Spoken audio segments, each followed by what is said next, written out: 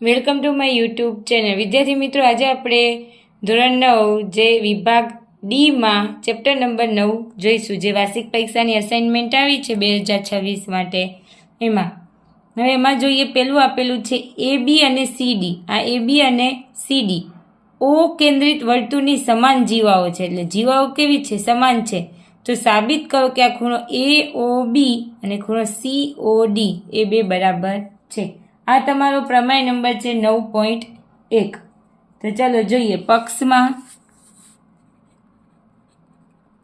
લખીએ ઓ કેન્દ્રિત વર્તુળની જીવાઓ. ઓ કેન્દ્રિત વર્તુળની જીવા એ બી બરાબર સી ડી સમાન છે. સાધ્ય ખૂણો એ ઓ બી બરાબર ખૂણો સી ઓ ડી. હવે લખીએ સાબિતી. સાબિતીમાં શું આપેલું છે? તો ત્રિકોણ લઈએ. આ બે ત્રિકોણ બને છે, ત્રિકોણ એ ઓ બી અને સી ઓ ડી. ત્રિકોણ એ ઓ બી અને ત્રિકોણ સી ઓ ડી માટે. હવે પેલું તો જોઈએ, જો આ ઓ એ અને ઓ સી, એવી જ રીતે ઓ બી અને ઓ ડી એ શું છે? ત્રિકોણની ત્રિજ્યાઓ છે. અને ત્રિજ્યાઓ હોય તો આપણે ખબર છે ત્રિકોણની ત્રિજ્યાઓ કેવી થાય? સમાન થાય. તો લખીએ ઓ એ બરાબર ઓ સી. કેમ? ત્રિજ્યા છે. ત્રિકોણની બધી ત્રિજ્યાઓ સરખી હોય. વર્તુળની અંદર વર્તુળની ત્રિજ્યાઓ, ત્રિકોણની નહીં, વર્તુળની ત્રિજ્યાઓ કેવી હોય? સરખી હોય. હવે ઓ બી અને ઓ ડી, ઓ બી અને ઓ ડી એટલે ત્રિજ્યા. અને હવે જો આ બે ત્રિકોણ છે, એમાં આ એ બી અને આ સી ડી એ જીવાઓ છે. આમ તો બાજુ છે, પણ આપણે જીવાઓ આપે. વર્તુળની અંદર શું છે? જીવા છે. તો જીવા કેવી છે? સમાન. તો એ બી બરાબર સી ડી પક્ષ મુજબ. તો જો હવે ત્રિકોણ એ ઓ બી એકરૂપ, ત્રિકોણ સી ઓ ડી કયા નિયમ મુજબ? બાજુ બાજુ અને બાજુ. તો બા બા બા શરત મુજબ ત્રિકોણ કેવો છે? બંને ત્રિકોણ એકરૂપ હોય. ત્રિકોણ એકરૂપ હોય તો એને અંતર્ગત જે ખૂણા કે બાજુ હોય, એટલે એ ઓ બી બરાબર સી ઓ ડી. કેમ? સીપી સીટી મુજબ. આ જો તમારે 4 માર્ક્સમાં આટલો સિમ્પલ સાદો પ્રમેય છે. હવે જોઈએ દાખલા નંબર બીજો, કે ઓ કેન્દ્રિત વર્તુળની જીવા એ બી છે. ઓ થી પસાર થતી રેખા એ બી ને એમમાં દુભાગે છે. તો સાબિત કરો કે ઓ એમ લંબ એ બી છે. હવે દુભાગે છે એટલે બે સરખા ભાગમાં વિભાજિત કરે છે. આ તમારો પ્રમેય નંબર 9.4 છે. તો લખીએ પક્ષ શું છે? ઓ કેન્દ્રિત વર્તુળની જીવા એ બી છે તથા ઓ માંથી પસાર થતી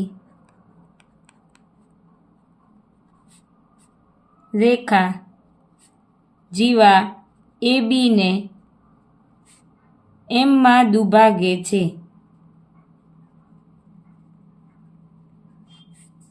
તો લખીએ દુભાગે છે એટલે એમ એ બરાબર એમ બી આપણે આપેલું છે. તો સાબિત કરવાનું છે કે આ ઓ એમ લંબ એ બી છે. તો લખીએ સાધ્ય આપેલું જ છે ઓ એમ લંબ એ બી.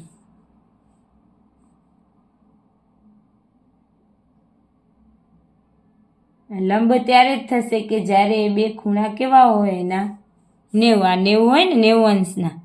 એટલે ખૂણો ઓ એમ એ બરાબર ખૂણો ઓ એમ બી બરાબર 90 અંશ. ચલો હવે બે ત્રિકોણ છે અહીંયા બને છે, ઓ એમ એ અને ઓ એમ બી, અથવા તો એ ઓ એમ જે લેવો હોય તમારે. સાબિતી સાબિતીમાં શું આપેલું છે? ત્રિકોણ OMA અને આ બે ત્રિકોણ OMB માટે જો OA અને OB શું છે? ત્રિજ્યા છે, ત્રિજ્યા સમાન હોય, OB બરાબર OB એટલે ત્રિજ્યા. પછી MA અને MB એ બી સમાન આપેલું છે, MA અને MB પક્ષ મુજબ. અને બે ત્રિકોણમાં સામાન્ય બાજુ કઈ થઈ? OM અને OM એટલે સામાન્ય બાજુ થયા. તેથી હવે કયું? બા શરત મુજબ OMA એકરૂપ ત્રિકોણ OMB કઈ શરત મુજબ? બા શરત મુજબ. તેથી આપણે શું કીધું છે? OMA અને OMB ખૂણો કેવો થાય? બરાબર થાય. તો લખીએ OMA બરાબર ખૂણો OMB બરાબર કેમ? CP/CT મુજબ બરાબર થાય. અને આપીએ પરિણામ નંબર 1. હવે જો અહીંયા OMA અને OMB રેખિક જોડનો ખૂણા બનાવે ને, અહીંયા આવ્યા તો આપણે લખીએ ખૂણો OMA વત્તા ખૂણો OMB બરાબર કેટલું આવશે? 180°. કેમ? રૈખિક જોડના ખૂણા. હવે આપણે ખબર OMA અને OMB બરાબર હતું તો ગમે તે એક લઈ લઈએ. OMA બરાબર 180°. બે OMA 180°. OMA પરિણામ 1 પરથી લખી દઈએ 180/2 કેટલું આવશે? 90. તો OMA બરાબર OMB બરાબર 90° થયું. તેથી શું હોય? લંબ હોય, જે સાબિત થાય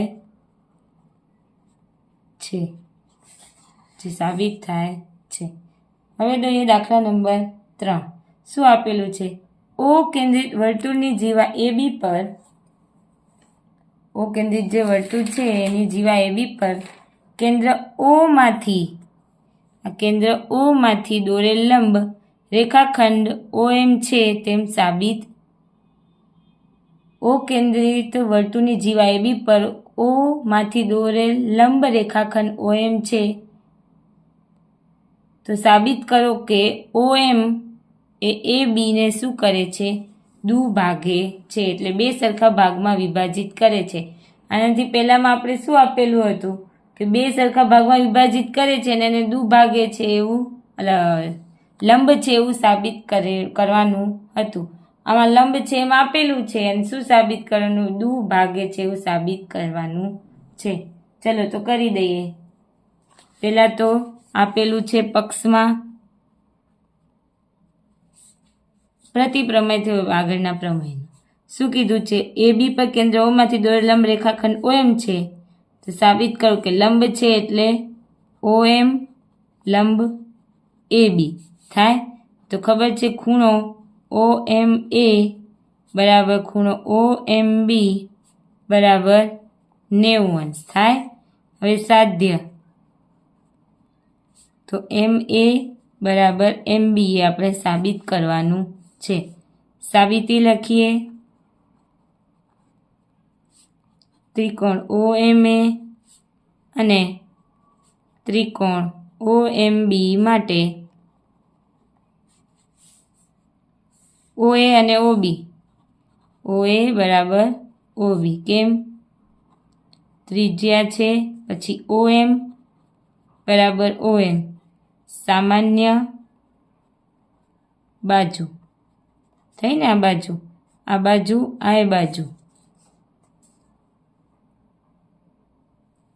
અને ખૂણો OMA બરાબર ખૂણો OMB કાટખૂણો હવે અહીંયા લંબ આપેલું છે એટલે કાટખૂણો, તો કયા ઉપરથી ત્રિકોણ OMA એકરૂપ ત્રિકોણ OMB એ કાકબા શરત મુજબ શું થશે? એકરૂપ થશે. ત્રિકોણ એકરૂપ હોય તો MA બરાબર MB CP CT મુજબ. હવે જોઈએ દાખલા નંબર 4. શું કીધું છે? વર્તુળની ચાપ PQ છે. શું છે? ચાપ PQ છે. વર્તુળની ચાપ PQ છે તો એ કેન્દ્ર O આગળ POQ એટલે આ ખૂણો, આ POQ આંતરે છે અને વર્તુળના બાકીના ભાગ પરના બિંદુ A આગળ, આ બાકીનો ભાગ થયો ત્યાં A આગળ PAQ આંતરે છે. તો સાબિત કરો. આપણે ખબર છે કેન્દ્ર આગળ જે ખૂણો હોય એ આના કરતાં કેવો હોય? બમણો હોય. જો આ 30 હોય તો આ 60 હોય. એ સાબિત કરવાનું છે. ચલો તો પહેલાં તો જોઈએ પક્ષ મુજબ. પક્ષ કેન્દ્ર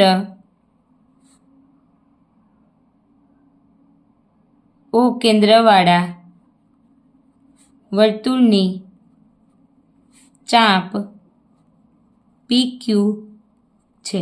શું છે? ચાપ PQ છે. સાધ્ય ખબર છે POQ બરાબર 2PA, POQ બરાબર PAQ. આ આપણે સાબિત કરવાનું, સાધ્ય છે એટલે સાબિત કરવાનું. હવે લખીએ સાબિતી. તો વર્તુળ પર આપણે આપેલું જ છે કે ચાપ સિવાય બીજા ભાગમાં એ બિંદુ લીધું. વર્તુળ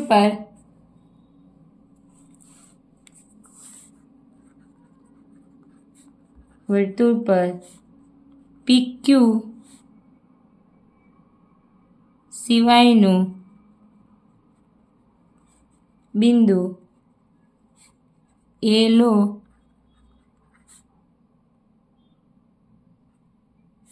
અને આ PA અને PQ PA અને AQ ને જોડો. PA અને QA ને જોડો.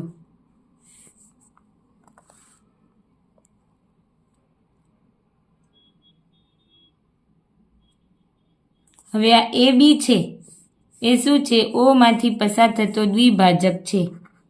AB એ O માંથી પસાર થતો દ્વિભાજક છે. હવે જો આ બાજુનો ત્રિકોણ લઈએ આપણે, ત્રિકોણ ABQ માટે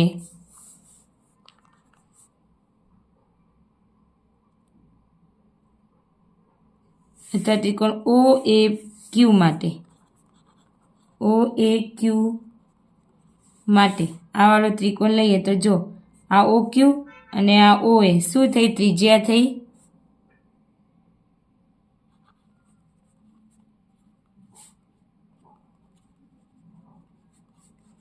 ત્રિજ્યા સમાન હોય તો એમના સામેના ખૂણા, તો આ OA છે ત્રિજ્યા, એમનો સામેનો ખૂણો કયો થાય? આ થાય AQB થાય ને. આ OA ત્રિજ્યા છે તો એમનો સામેનો ખૂણો Q થયો. તો એમાં એને લખાય કઈ રીતે? AQO લખી શકીએ. ચલો તો લખીએ AQO અને આ OQ છે એમનો સામેનો ખૂણો A, તો OAQ.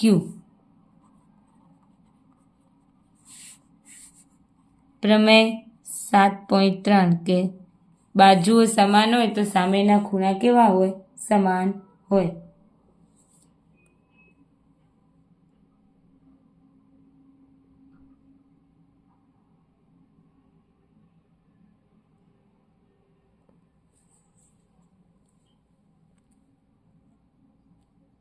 હવે જો આ ત્રિકોણ છે અને આ એનો બહિષ્કોણ થાય થાય ને? આ ત્રિકોણ થયો ને આ એનો બહિષ્કોણ. તો બહિષ્કોણ લખવું હોય તો કઈ રીતે? BOQ. BOQ બરાબર. બહિષ્કોણના માપ આ બે જે આપેલું હોય એને સમાન હોય, બે ખૂણા સામેના. તો લખીએ AQO વત્તા ખૂણો OAQ. કેમ? બહિષ્કોણ હોવાથી. જો આ ત્રિકોણ છે અને આ બહિષ્કોણ છે. કયું? BOQ. આ B છે, અહીંયા B, આ ખૂણો O અને Q.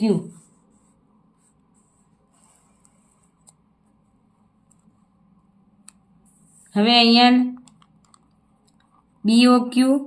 હવે જો અહીંયા AQO અથવા તો OAQ. OAQ બે વાર લખીએ. A પ્લસ ખૂણો OAQ. કેમ? અહીંયા સમીકરણ નંબર 1 પરથી બે સમાન છે.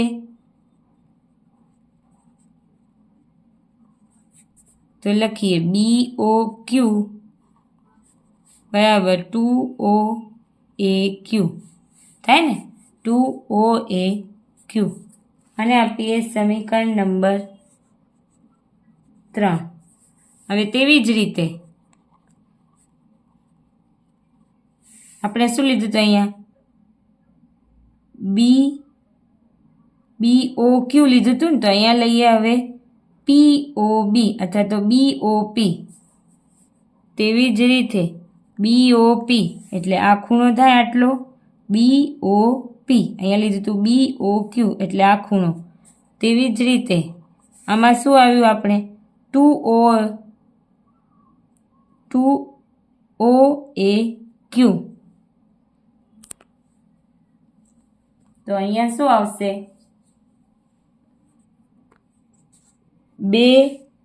2OAP. આ સમીકરણ નંબર આ 2 અને આ 3. સમીકરણ 2 અને 3 ને જોડતા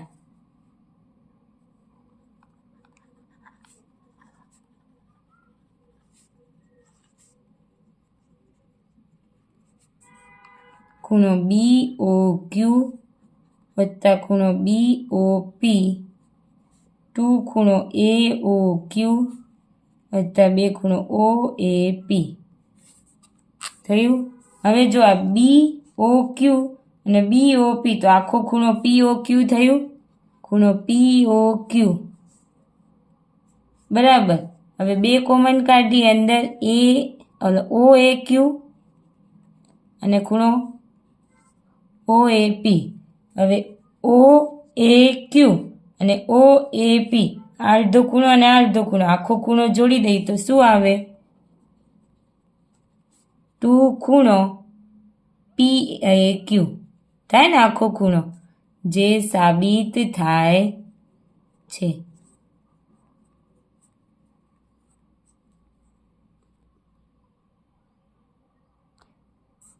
જો પહેલા તો વર્તુળ દોરીને આકૃતિ બનાવવાની, પછી આ વાળો ત્રિકોણ લેવાનો. ત્રિકોણમાં આ બે OQ અને OA એ બે ત્રિજ્યા છે.